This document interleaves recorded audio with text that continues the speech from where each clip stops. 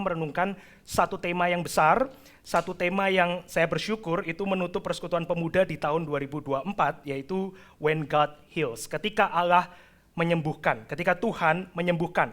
Kalau dikatakan Tuhan menyembuhkan, artinya ada saat di mana sebelum itu disembuhkan berarti ada luka, betul ya? Kita disembuhkan atau kita mengobati luka kita menyembuhkan luka kita, misalnya kita jatuh, berarti harus ada jatuh dulu gitu ya, harus ada luka dulu yang terbuka, dan kemudian kita ambil itu obat merah, kita ambil itu Hansaplast, dan seterusnya, dan kita obati. Ketika dikatakan Tuhan menyembuhkan, berarti harus ada luka yang disembuhkan oleh Tuhan di dalam hidup saya. Nah, saudara, saya pikir-pikir gitu ya, di dalam hal apa hidup saya ini disembuhkan oleh Tuhan. Saya nggak terlalu ketemu gitu. Saya nggak tahu teman-teman gitu ya, saya percaya kita semua pengalaman itu beda-beda. Tapi saya coba pikir di dalam hal apa ya, saya itu kemudian ada satu wounds, ada satu luka yang kemudian Tuhan itu sembuhkan. Saya tahu hidup saya ada masalah. Saya tahu ada problem pasti. Tapi saya nggak ketemu spesifik problem apa yang nggak teratasi sehingga Tuhan harus sembuhkan itu. Dan waktu saya menyusun khotbah ini, saya coba mengingat-ingat ya, mungkin kalau bukan saya, mungkin orang-orang di sekitar saya. Saudara, beberapa hal ini semua kisah nyata yang saya mau ceritakan. Gitu ya. Satu keluarga kecil di Semarang itu kenal dengan keluarga kami, dan dia ini sepasang suami istri masih muda sekali, menunggu anak sekian lama, dan akhirnya Tuhan kasih istrinya itu mengandung. Ini senang sekali, kita pun teman-temannya yang tahu dia menantikan anak bertahun-tahun, kita ikut gembira. Tapi di dalam trimester yang kedua yang terakhir, yaitu kira-kira bulan ke-6, bulan ke-7, sudah lewat trimester yang kedua itu, ya suatu ketika si mama ini dia merasa kok biasanya itu gerak-gerak, tendang-tendang perut, kok hari itu kok nggak ada gitu ya. Dari kemarin malam sudah tenang sekali. Pagi-pagi dia mulai panik, dia panggil suaminya, dan kemudian sepasang suami istri ini pergi sama-sama ke rumah sakit untuk cek, dan ya nightmare dari kita semua. Kita tahu berarti ada something wrong di sana, dan setelah dicek ternyata memang sudah nggak ada kehidupan di dalam perutnya. Saudara, itu keluarga dia sudah sewa itu nanti semua vendor untuk ya anak kalau lahir itu orang datang terus kemudian dikasih souvenir gitu ya. Dia sudah beli itu mainan atau kue atau snack untuk dibagikan ke orang. Dia sudah mulai cicil itu baju-baju anak. Dia sudah mulai siapkan ini dan itu dan lain sebagainya. And it's a pain that we cannot understand. That's a wound. Itu luka. Saudara, saya membaca berita di handphone, dan kalau saudara ada lihat berbagai news di handphone dan kita tidak cuma memperhatikan infotainment dari artis-artis Indo misalnya, kita akan menemukan banyak sekali berita tentang perang, dan tidak sedikit ada gambar-gambar korban perang yang real time per detik ini, dan setiap waktunya itu diupload. Saya lihat satu foto anak yang dia innocent wajahnya, dia tanpa ekspresi, tanpa emosi, dia sudah kena debu apa segala macam. Tapi kalau lihat di bagian bawahnya, di pahanya anak kecil ini, pahanya itu ada pecahan besi yang entah mungkin dari granat dan seterusnya meledak dan nancep di pahanya. Dia duduk with no expression at all. That is a pain that we cannot understand. Saudara, waktu saya melihat hidup saya nggak banyak luka dan nggak banyak masalah sebetulnya, yang sampai saya itu, waduh ini perlu pertolongan Tuhan, kadang-kadang saya nggak merasa begitu gitu ya. Dan kemudian saya berhenti dan lihat semua luka yang lain di sekitar saya, di dunia ini, wounds, trauma, physical wounds, psychological wounds, spiritual wounds, saya nggak feeling alright anymore gitu. Saya nggak merasa baik-baik saja lagi. Sebelumnya saya merasa hidup ini baik, life is good, karena hidup saya secara pribadi it's okay. Ada masalah tapi itu masalah yang kecil tanda kutip. Tapi ketika saya memperhatikan itu semua, saya tahu bahwa this is not okay. Dunia ini tidak sedang baik-baik saja. Kita mungkin tidak ada luka, tapi ketika kita melihat itu semua di sekitar kita, kita turut punya pertanyaan kepada Tuhan. Kita juga bertanya kepada Tuhan, dan mengapa kepada Tuhan? Karena Alkitab jelas mengatakan bahwa Allah berdaulat. Jika Dia berdaulat, maka luka itu tidak terjadi di luar kontrolnya.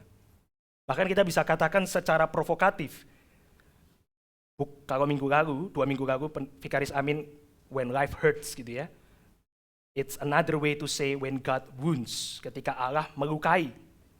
Karena Dia berdaulat. Kita diceritakan banyak tentang Ayub.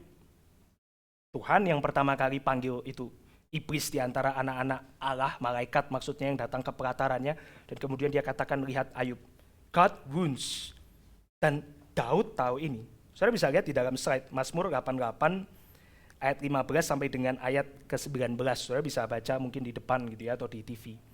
Daud mengatakan, mengapa ya Tuhan kau buang aku? Mengapa kau sembunyikan wajahmu daripadaku? Aku tertindas dan menjadi incaran maut sejak kecil. Aku telah menanggung kengerian daripadamu. Aku putus asa, kehangatan murkamu menimpa aku, kedahsyatanmu membungkam aku. Mengelilingi aku seperti air banjir sepanjang hari, mengepung aku serentak. Telah kau jauhkan daripadaku sahabat dan teman. Kenalan-kenalanku adalah kegelapan. Saudara tahu lagu cynical itu ya? Hello darkness my old friend, David can sing that. Itu Daud. Dia tahu bahwa Tuhan, ia berdaulat, lantas ketika life hurts, ketika hidup ini menyakiti dia, dia bertanya itu kepada Tuhan. Seorang Kristen mengutip, waktu ada satu bencana, seorang Kristen biasa mengutip ini ya, ayat berikutnya ini, Roma 8 ayat 28. Allah turut bekerja di dalam segala sesuatu untuk mendatangkan kebaikan bagi mereka yang mengasihi dia. Ini ayat kunci yang kita pegang. Tapi saudara, ada satu orang itu, dia mengatakan gitu ya, waktu dia kehilangan anaknya dan kemudian orang-orang itu besuk dia, ada satu pendeta muda, dia tulis satu kesaksian, saya baca gitu ya, dia datang ke satu oma ini atau satu tante ini, dan kemudian dia baru mau menyampaikan turut berduka dan seterusnya, dan dia mengatakan dengan tangan teracung, sekali lagi saya dengar orang kutip Roma 8 ayat 28, saya pukul dia. It's because sometimes teologi kita itu jauh dari realita. What is good when I'm wounded? Apa itu kebaikan ketika saya itu terluka? Apa itu kebaikan ketika saya itu memar, bruise? Apa itu kebaikan ketika saya itu tersakiti? God wounds.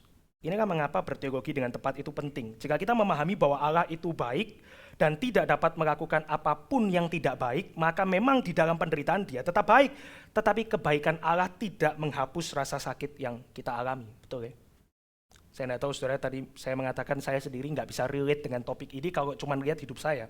Saya perlu lihat hidup orang-orang di sekitar saya dan saya tahu it's not alright. Jadi bagaimana kita menjawab problem ini saudara? Saya akan berikan jawabannya di awal khotbah dan kita akan bolak-balik bergulat dengan tema ini, yaitu slide berikutnya, there is good in suffering because there is God in suffering. Ada kebaikan di tengah penderitaan itu karena Tuhan ada di tengah penderitaan itu. Saudara, ini adalah teologi yang kita pegang. Saya tidak mengatakan memahaminya mudah, teorinya mudah gitu ya. Kalau kita hidup baik-baik saja ya amin gitu. Itu secara eksistensial untuk mengamini nggak mudah, tapi hari ini kita mau coba bergulat dengan tema ini saudara sekalian. Tidak dengan mengatakan bahwa berarti kita selalu bisa mengatakan tadi ya, Roma 8 ayat 28 ke semua orang yang sedang menderita, saudara, kita pasti akan dimarahi. That's not the point. Tapi untuk kita sungguh-sungguh belajar, bergulat, dan mengamini ayat ini, atau mengamini firman ini bersama-sama. Nah, saya akan mengajak kita pertama dengan suatu pertanyaan. Satu pertanyaan ini yang kita akan ajukan kepada Tuhan. God, do you care for the broken-hearted? Saudara, pertanyaan ini adalah satu pertanyaan yang kita sering tanyakan kepada orang yang terluka, tapi bukan kepada Tuhan. It's a question not asked enough. Kita tanya kepada diri kita kan, misalnya ada orang yang patah hati gitu ya, entah karena cinta, entah karena yang lain. Ada orang yang kena musibah, kemudian kita tanya sama dia, bagaimana kamu dealing dengan penderitaanmu? Gimana kamu coping? Atau bahasa anak muda sekarang, are you okay? Can I help you with anything? Do you need an ear? Kamu butuh orang untuk dengerin, dan seterusnya.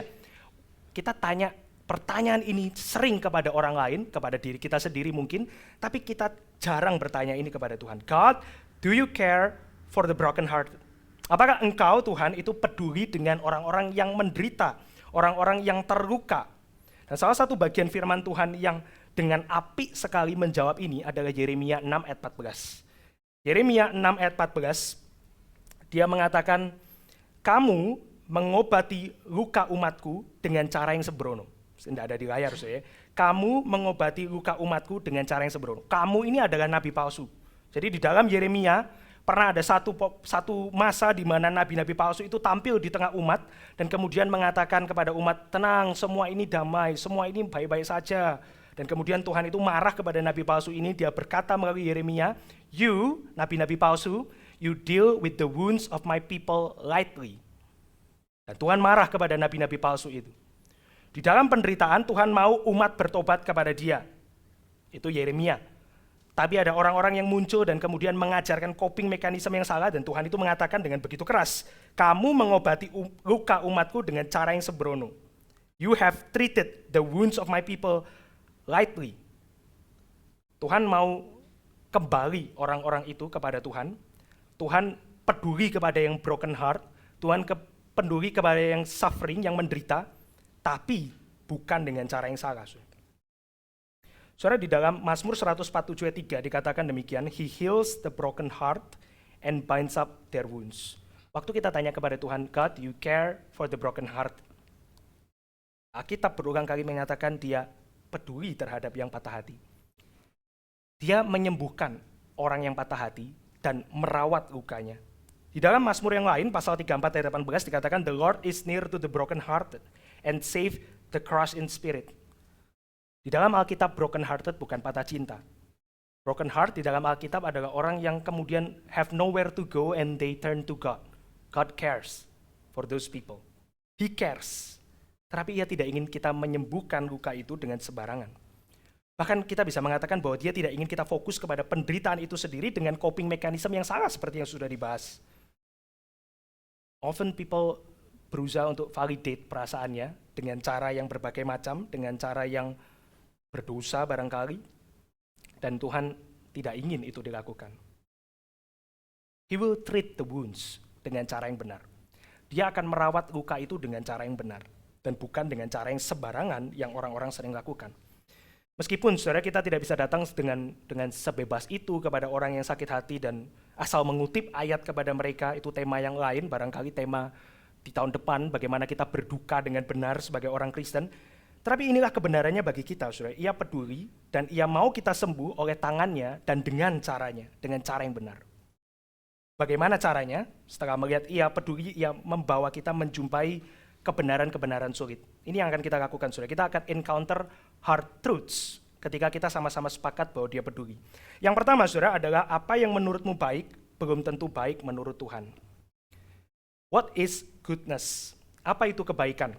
Saudara, alasan ayat-ayat seperti Roma 8 ayat 28 tadi yang mengatakan bahwa Tuhan punya rencana yang baik, Tuhan mendatangkan kebaikan dari segala sesuatu, itu terasa nggak konsisten dengan kehidupan kita, adalah kita mungkin punya konsep good yang berbeda dengan Tuhan. Saudara.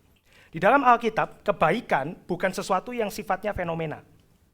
Nah ini bukan filosofis, saudara. Tapi misalnya begini, saudara. Menikah itu baik, tapi menikah itu bukan kebaikan. Amin. Kok ragu-ragu sih? Ya masih pengen nikah sih ya, sama gitu ya. Menikah itu baik tapi bukan kebaikan. Amin? Amin, saudara. Kalau menikah itu kebaikan berarti nggak boleh ada yang nggak menikah, saudara. Kira-kira begitu gitu ya. Punya pekerjaan itu baik, bahkan harus bekerja, tapi bukan kebaikan itu sendiri. Amin?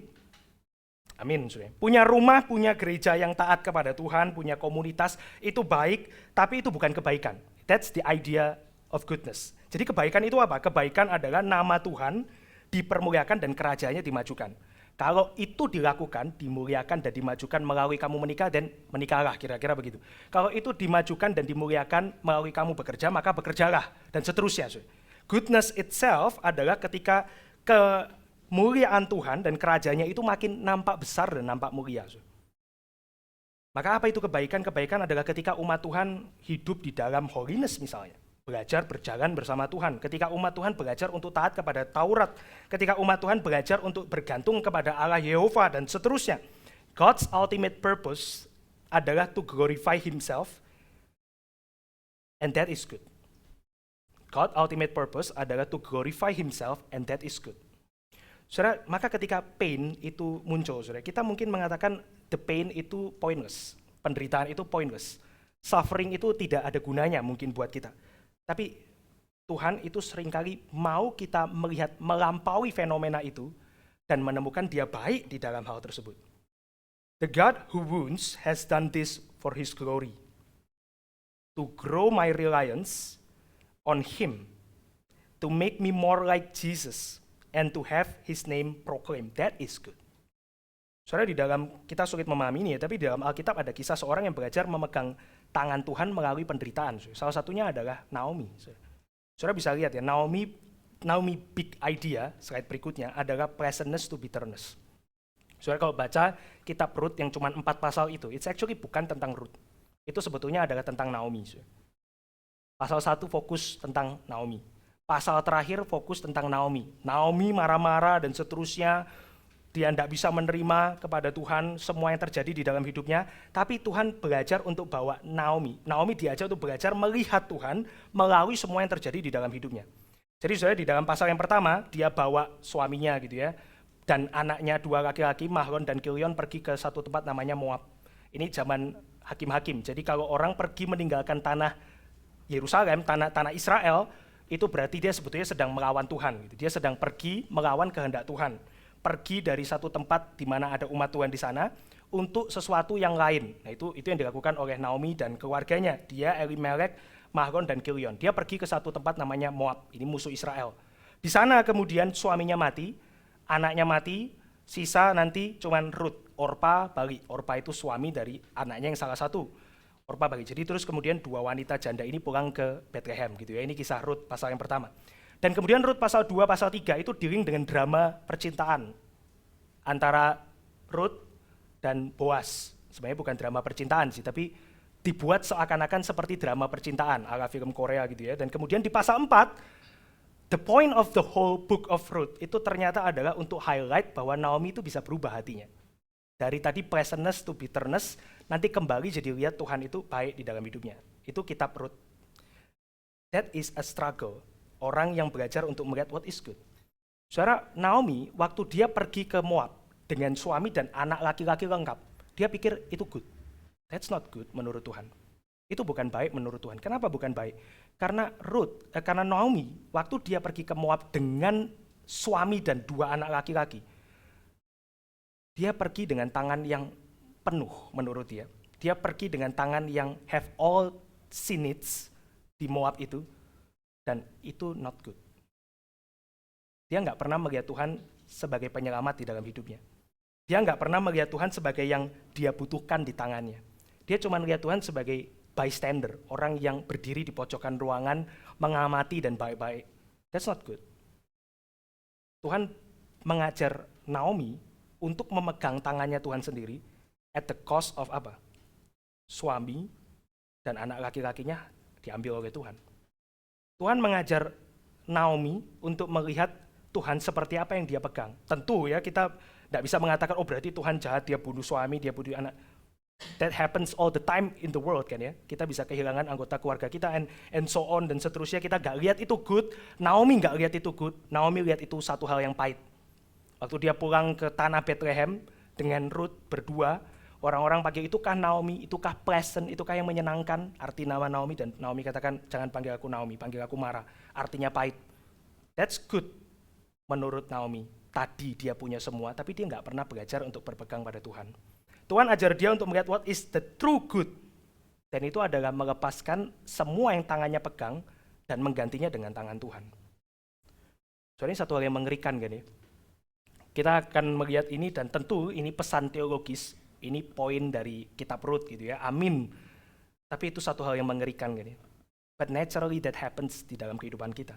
Ada satu problem, ada satu pergumulan yang besar sekali yang mungkin terjadi di depan mata kita. Dan Tuhan mengajar kita untuk melihat pas itu, melampaui itu. Caranya bagaimana? Ya simply seperti Naomi itu, akhirnya dia belajar untuk memegang tangan Tuhan yang tidak kelihatan. Semua yang kelihatan di tangannya dia diambil. Disisakan satu menantu yang dia juga tidak inginkan, yaitu Rut. Tapi Tuhan mengisi tangan Naomi dengan tangan Tuhan sendiri. That is good. Sebenarnya satu hal yang sulit, tapi the whole point dari kitab Rut adalah untuk itu. Bagaimana seorang Naomi, dia akhirnya mengenal Tuhan yang dia percaya sedemikian rupa. Waktu kita melihat apa yang baik dan tidak baik, mungkin cara kita melihat perlu diubah. Waktu kita melihat ada satu penderitaan, Tuhan mengobati orang itu pada akhirnya dengan membawa dia melihat what is the true goodness di dalam kehidupan dia. Dan itu adalah melihat tangan Tuhan yang tidak kelihatan tersebut. Itu kebaikan. Naomi pada akhirnya dia belajar bergantung kepada Tuhan dan bukan kepada langkah kakinya sendiri. Kita akan katakan pasti hidup Naomi lebih baik sebelumnya. Dia di Moab, suaminya ada, anak laki-lakinya ada, harta benda pasti ada, laki-laki bisa bekerja dan seterusnya. Tapi itu bukan baik menurut Tuhan. Karena Naomi tidak berjalan bersama Tuhan di sana. Tapi di akhir cerita, Rut pasal 4 menunjukkan bahwa Naomi akhirnya melihat the fullness of the blessings. Melalui apa? Melalui anak Naomi dan Boaz, Rut dan Boaz yang dipegang oleh Naomi, dan itu kemudian menjadi ayah dari ayahnya Daud, dan yang kemudian kita tahu itu terus lanjut sampai kepada Mesias itu hadir. That's blessings, melihat kebaikan Tuhan. Tentu kita tahu kisah seperti Yusuf yang mengatakan kepada kakak-kakaknya. Pendeta Udin eksposisi ini di Keri Citra. Kita tahu ayat ini terkenal sekali, dia mengatakan kepada kakak-kakaknya, kamu merekakan semua yang jahat, tapi Tuhan itu mendatangkan kebaikan. Itu gak bisa dikatakan kepada mereka yang sedang menderita. Itu cuma bisa dikatakan di akhir, ketika dia akhirnya melihat Tuhan itu the ultimate good di dalam kehidupan dia. The God who wounds has taught me to rejoice in his mighty hand alone. That is good. Jadi bagaimana Tuhan menyembuhkan kita? Yang pertama, dia mengajak kita untuk melihat apa itu kebaikan yang terutama, dan itu adalah melihat kepada dia. Yang kedua, adalah kita melihat semakin dia itu besar, dan semakin kita melihat dia besar, kita semakin menyadari diri kecil. Saudara, di dalam rasa sakit dan penderitaan, kita akan merasa lebih kecil, that's true. Kita akan lebih sedikit confidence di dalam kekuatan kita sendiri. Kita akan lebih banyak self-doubt, gitu ya. Kita mungkin akan jadi mengukur diri kita lebih kecil. Jangan biarkan itu terlalu ekstrim ya. Tapi itu benar kan ya. Kita akan mengatakan, ya mungkin you are overconfident before, kamu sekarang harus lebih banyak apa sih? Christians punya privilege ini. Kita bukan cuma lebih kecil melihat diri kita sendiri, tapi kita bisa melihat dia semakin besar ketika kita semakin kecil. Non-Christians, mereka nggak punya privilege ini. Ketika orang gagal atau menderita atau bergumul, dan dia nggak ada Tuhan, dia cuma bisa melihat dirinya kecil. Ya memang kecil. Tapi orang Kristen bisa melihat di saat dia kecil, God is even more greater. Jauh lebih besar, jauh lebih besar di dalam hidupnya. Saudara tahu lagu ini kan ya? Jesus loves me, this I know, for the Bible tells me so. Little ones to him belong, they are weak, but he is strong. Itu parafrase dari satu ayat, yaitu ayat Paulus, 2 Korintus pasal 12. For when I am weak, then I am strong. Di dalam konteks 2 Korintus, it's pointing to Jesus. I'm weak, pergumulan besar, I'm small, but I'm strong. Karena ada dia. Yohanes 3:30 mengatakan, he must become greater, I must become less. Kalimat Yohanes Pembaptis. He must become greater, I must become less. Non-Christians, you can only be less, and you see no one is greater. This is what the God who wounds has to say to me. He reminds me that I have nothing to offer him, and calls me to rely on him alone. Saudara, that reliance, kebergantungan itu kepada the bigger and more powerful man, tanda kutip, itu cara Tuhan menyembuhkan Anda. Tuhan menyembuhkan Anda dengan membawa Anda melihat apa yang baik menurut Tuhan, belum tentu apa yang baik menurutmu, dan dia juga membawa kita untuk melihat dia semakin besar, dan kamu bisa rely on him and not to yourself. Ayub tahu ini. Saudara bisa lihat di dalam slide, kemarin Vikaris Amin, dia banyak bahas versi membaca Ayub David and Goliath model, pakai model Daud dan Goliath. Jadi Ayub adalah God champion, dia adalah juaranya Tuhan yang kemudian dipertaruhkan dengan iblis, itu Ayub. Lihatlah hambaku Ayub, dia saleh dan seterusnya gitu ya. Itu yang pertama, kita baca Ayub dengan David and Goliath model. Jadi seperti Daud harus menghadapi Goliath, nah itulah Ayub menghadapi pergumulan dalam hidupnya. Itu yang banyak dibahas. Terus ada juga yang ketiga, itu Adamic model. Ayub digambarkan akhirnya seperti Adam yang diuji, gagal atau tidak, intinya dia diberikan berkat oleh Tuhan. Adam kan diberi janji keselamatan. Jadi Ayub bisa dibaca itu. Saya mau bahas yang kedua, yang di tengah, yaitu membaca Ayub dengan model Yakub. Saudara, di dalam gambaran dari Alkitab ya, itu Ayub pasal 38 ayat 3, waktu dia itu akhirnya bertanya kepada Tuhan. Waktu dia bertanya kepada Tuhan, kenapa ini semua terjadi di dalam hidupku?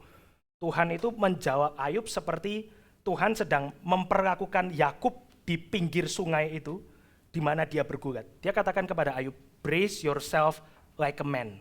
Ini gambaran wrestling, gambaran gulat. Ayub dibawa untuk bergulat dengan Tuhan. Bukan bergulat secara fisik seperti Yakub bergulat dengan Tuhan, dengan tubuhnya, tapi Ayub diajak bergulat secara hikmat. Tanya jawab itu mereka di sana. Kalau saudara baca ya, Ayub 38 sampai 39, 40 itu, dia akan bicara mengenai banyak hal pertanyaan yang aneh-aneh. Siapa yang meletakkan dasar bumi? Apakah kamu tahu apa itu kuda Nil dalam bahasa Indonesia, tapi bahasa aslinya, apakah kamu tahu itu behemoth, dan seterusnya. Dan kemudian Ayub akhirnya bergulat, dia katakan, iya Tuhan, aku nggak tahu itu semua. Aku nggak tahu siapa yang meletakkan dasar bumi, aku nggak tahu siapa yang meletakkan itu benda-benda penerang, aku nggak tahu itu behemoth, dan seterusnya. Ayub itu seperti Yakub, dia nggak bisa mengalahkan, but he can only rely. Dia cuma bisa pegangan oleh the more powerful and the bigger man. Ada perdebatan gitu ya, apakah Yakub bergulat dengan pribadi kedua kah, malaikatku suka, dan seterusnya, tapi Alkitab memang menggambarkan dia bergulat dengan Tuhan pada akhirnya. Whether itu angel, atau pribadi kedua, Allah Tritunggal, dan seterusnya, he wrestles with God. Did he win? Did he lose? I don't know. Tapi dia pegangan terus. And he was blessed. Ayub juga demikian. Pada akhirnya dia cuma speechless. Aku nggak tahu segala sesuatu yang kamu katakan kepadaku Tuhan. But I know one thing. I would keep on asking you. Aku akan terus tanya kepada engkau. Dan aku akan terus berpegang kepada engkau. Itu berkat di sana untuk Ayub. Saya suka baca Ayub dari perspektif ini ya. Nggak terlalu merasa desperate gitu. Ayub adalah simply orang yang nggak ngerti. Dan dia tanya kepada Tuhan, did he ever know bahwa ada pertaruhan kosmik tadi? Enggak. Dia nggak perlu tahu itu. Dia cuma taunya, aku nggak tahu kenapa ini terjadi dalam hidupku. Tapi aku cuma mau tanya kenapa kepada Tuhan.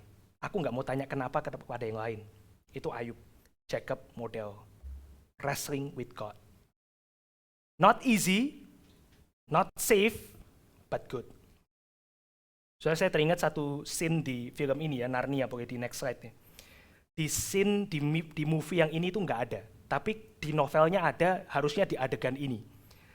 Tapi di Narnia yang lama, yang masih orangnya pakai make up tebal gitu ya, itu ada.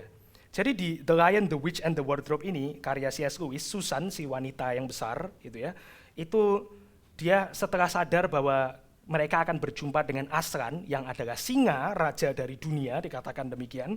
Dia mau tahu apakah Aslan itu aman. Gitu ya, is he safe?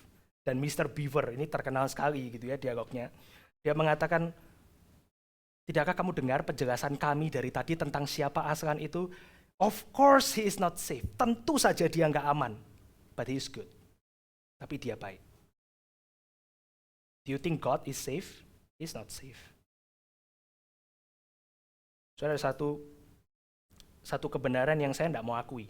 Tapi waktu saya belajar Alkitab, dan saya sedikit belajar Alkitab, hamba-hamba Tuhan sedikit belajar Alkitab, we know one thing is for sure. God is not safe. Makin kita mengenal dia, makin kita belajar untuk menyelami dia itu tidak terselami. That's for sure. Waktu belajar berjalan bersama Tuhan, makin banyak unexpected things happen. Makin belajar mengikut Tuhan, makin kita itu dibuat resah. Is he safe? Of course he is not safe. Dia bukan singa yang tame, kata Lucy. Tapi dia good. Saudara, itu Ayub. Dia tidak mengenal Tuhan sebagai Tuhan yang safe. Tuhan tidak pernah berkata kepada Ayub, memberikan penjelasan dan pembenaran diri kepada Ayub. Dia tidak pernah lakukan itu kepada Ayub. Dia cuma simply challenge Ayub, kamu bisa menyelami apa yang aku ketahui sedikit saja, bahkan yang kelihatan, tidak bisa. That's right, you can't, you never will. Tapi kamu terus tanya kepada aku atau tidak. Ada seorang hamba Tuhan yang saya sangat sayangi, itu pernah mengatakan makin menjadi, kalau kamu mau jadi hamba Tuhan yang semakin dipakai, maka kamu harus siap menjadi hamba Tuhan yang semakin terganggu hidupnya. Saya kalau bisa dari semua yang dia katakan, apapun yang saya pernah dengar, khusus bagian itu saya delete. Saya tidak perlu kasih tahu dia siapa, tapi hidup dia mungkin nggak nyaman juga sih, juga nggak tahu. Maybe not. God is not safe, but He is good. Yang ketiga, yang terakhir, adalah God Himself becomes wounded. Secara ultimat, Tuhan menyembuhkan kita dengan jalan mengirim anaknya yang tunggal untuk terluka. Allah membiarkan dirinya sendiri terlukai agar kita tidak terus menanggung rasa sakit dan dapat disembuhkan. Yesaya sangat mengerti hal ini.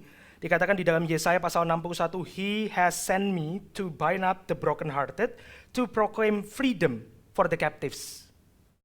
Di dalam konteks Yesaya, memang itu Yesaya. Dia harus pergi sebagai nabi Tuhan, but ultimately it's much bigger. Siapa yang dimaksudkan sebagai yang dikirim untuk mengikat luka-luka dari rakyatnya, dari umatnya, itu adalah Yesus. Yesaya 53 ayat 5, tetapi dia tertikam oleh karena pemberontakan kita, dia diremukkan oleh karena kejahatan kita, ganjaran yang mendatangkan keselamatan bagi kita ditimpakan kepadanya, dan oleh bilur-bilurnya kita menjadi sembuh. Through His wounds we are healed. Saudara, Allah menyembuhkan melalui proses itu tadi ya. Kita belajar melihat, oh ternyata ini yang baik menurut Tuhan. Yang kedua, kita belajar untuk, ya aku tidak tahu kenapa Tuhan, tapi aku akan terus berpegang kepadamu. Itu proses. Tapi terakhir dan yang paling ultimat, dia mengajak kita untuk melihat semua luka itu di dalam perspektif salib. Through the cross. Di dalam Kristus Allah menyatakan kepada kita bahwa Ia bukan hanya peduli, memahami, dan besar, Ia juga menempatkan dirinya sebagai yang terluka. Inilah satu kebenaran yang memberi arti kepada semua proses yang kita lewati. Bahwa Ia mengambil luka kita dan menimpakannya atas dirinya sendiri. Saudara, Yesus pernah menyimpulkan untuk apa anak manusia datang, yaitu dirinya, anak manusia. Yaitu to serve and to give His life for ransom for many. Untuk melayani, untuk memberikan hidupnya sebagai ransom untuk banyak orang, sebagai upah bayaran ganti banyak orang. Itu yang Yesus katakan. Ini berarti bahwa ketika Dia mengizinkan kita terluka hari ini, kalau kita adalah anak-anaknya, kita bisa melihat itu bukan sebagai Tuhan yang sedang menghukum kita dengan tangan yang teracung, tapi bahwa itu satu hal yang Dia lakukan di dalam kasih, to grow our reliance on Him. Karena kita dihitung sebagai anak-anaknya. Mengapa? Karena there is God in suffering, there is Him in suffering. Penderitaan dan kematian, Kristus necessary untuk menyelamatkan kita, yet Ia juga bangkit. Ia bangkit menyatakan kemenangan dan juga statusnya sebagai raja di atas segala raja. Di sana Ia akan datang kembali sebagai raja yang menggenapi seluruh janjinya, dan salah satu janji itu adalah tidak ada lagi ratap dan tangis, tidak ada lagi penderitaan, tidak ada lagi sakit penyakit, tidak ada lagi peperangan, tidak ada lagi kelaparan, tidak ada lagi air mata, tidak ada lagi kehilangan, tidak ada lagi ibu yang kehilangan anaknya. That's all di Wahyu pasal 20-21. Dia akan menjalankan itu semua. So yeah, we suffer in hope. We are wounded in hope. And we pray not only how long, oh Lord, berapa lama lagi Tuhan, tapi as a Christian kita juga bisa berdoa, come Lord Jesus. Because we know kalaupun sakitku sembuh, kalaupun orang yang aku doakan sembuh, and that's all good, itu blessings, tetap akan ada orang lain yang sakit. Oke, anakku lahir, puji Tuhan, tapi tetap di samping ranjangku ada anak yang mati. Oke, mamaku sembuh dari penyakit, ya, tapi ibu yang lain pasti ada yang mati. Oh ya, tidak ada peperangan di kotaku, tapi di kota yang lain akan selalu ada perang. Oh ya, tidak ada bencana di negaraku, tapi di tempat lain akan selalu ada bencana. We will never feel all right until God make it right. Dan itu Injil. Kita bukan cuma berdoa, sampai kapan Tuhan? Kita juga bisa berdoa, datanglah segera Tuhan. Kita akan terus bertanya, why when our bodies hurt and our heart hurts? Kita akan tetap wonder when God will make all things new, but we remember who suffered in our stead to secure our salvation. And until Christ's return, we follow our servant Christ, our King, who is serving on the road to Calvary. That's why di setiap perayaan Natal dari orang-orang Kristen, yang sungguh-sungguh adalah Kristen, dia bukan cuma bicara joy. Tiap kali kita membicarakan Yesus yang lahir, kita selalu membicarakan Yesus yang dibayangi oleh salib. Perjalanan ke Calvary itu Advent kan ya. What is Advent? Itu bukan perjalanan ke Bethlehem, ini perjalanan ke Calvary sebetulnya. Kita sedang belajar untuk melihat dan mengikuti Kristus berjalan menuju Calvary itu. Saudara, saya akan tutup khotbah yang pendek ini dengan satu puisi dari Edward Sillito, seorang minister di satu gereja di Inggris pada saat Perang Dunia yang pertama. Saya terjemahkan bahasa Indonesia dan saya mau kirim ke WA kalian gitu ya. Saya sudah siapkan dalam versi yang versi handphone gitu ya. Because I want you to have this. Saya temukan ini di satu website dan satu hal yang saya kira sangat baik. Saya terjemahkan secara bebas, aslinya bahasa Inggris, of course. Saya kirim di grup dan bunyinya seperti ini. Jika kami tak pernah mencari, kini kami mencarimu. Matamu membakar gelap bintang kami satu-satunya. Ini orang yang sedang mengalami banyak penderitaan. Matamu membakar gelap bintang kami satu-satunya. Pengharapan kami habis. Kami harus melihat duri-duri di dahimu. Kami membutuhkanmu ya Yesus yang terluka. Jesus of the scar. Surga menakuti kami karena terlalu tenang. You know when Job, dia bertanya kepada Tuhan, surga itu tenang. Hidupnya menderita, surga itu tenang. Di seluruh semesta kami tak punya tempat. Ayub, dia ambil abu, duduk berbaring di sana, dan kemudian meratapi luka-lukanya. Itu yang dimaksudkan dari bagian ini. Di seluruh semesta kami tak punya tempat, luka-luka kami menyiksa, di mana obatnya? Tuhan Yesus, dengan lukamu, Jesus of the scar, kami tuntut kasih karuniamu. Jika saat pintu tertutup engkau mendekat, hanya tunjukkan tangan dan sisimu itu. You know when Thomas, boleh di next sekali lagi, ketika Thomas itu dia bertanya, benarkah ini Tuhan yang bangkit? Dan Tuhan itu menunjukkan lambungnya yang tertikam. Itulah bagian ini. Tunjukkan tangan dan sisimu itu. Hari ini kami tahu apa itu luka. Tak perlu takut, tunjukkan lukamu. Kami tahu tanda pengenal itu. Ilah-ilah lain kuat. Saudara perhatikan bagian ini. Ilah-ilah lain kuat. Dewa-dewa lain kuat. Tapi engkau lemah. Mereka berkendara, tapi engkau tersandung, terjatuh menuju tahta, yaitu Golgota. Namun hanya luka Allah yang berbicara pada luka kami. Dan tak satupun ilah memiliki luka, hanya engkau saja. Jesus of the scar is your healer. Dan saudara dan saya semua dapat datang kepadanya dan memberikan diri kita disembuhkan oleh dia. When one suffers, dia cuma bisa melihat kepada Allah yang memahami luka. Jesus of the scar. Saudara, saya sangat terberkati dari satu puisi, kira-kira tahun 1930-an mungkin ya, diciptakan. Ini satu hal yang we don't talk enough.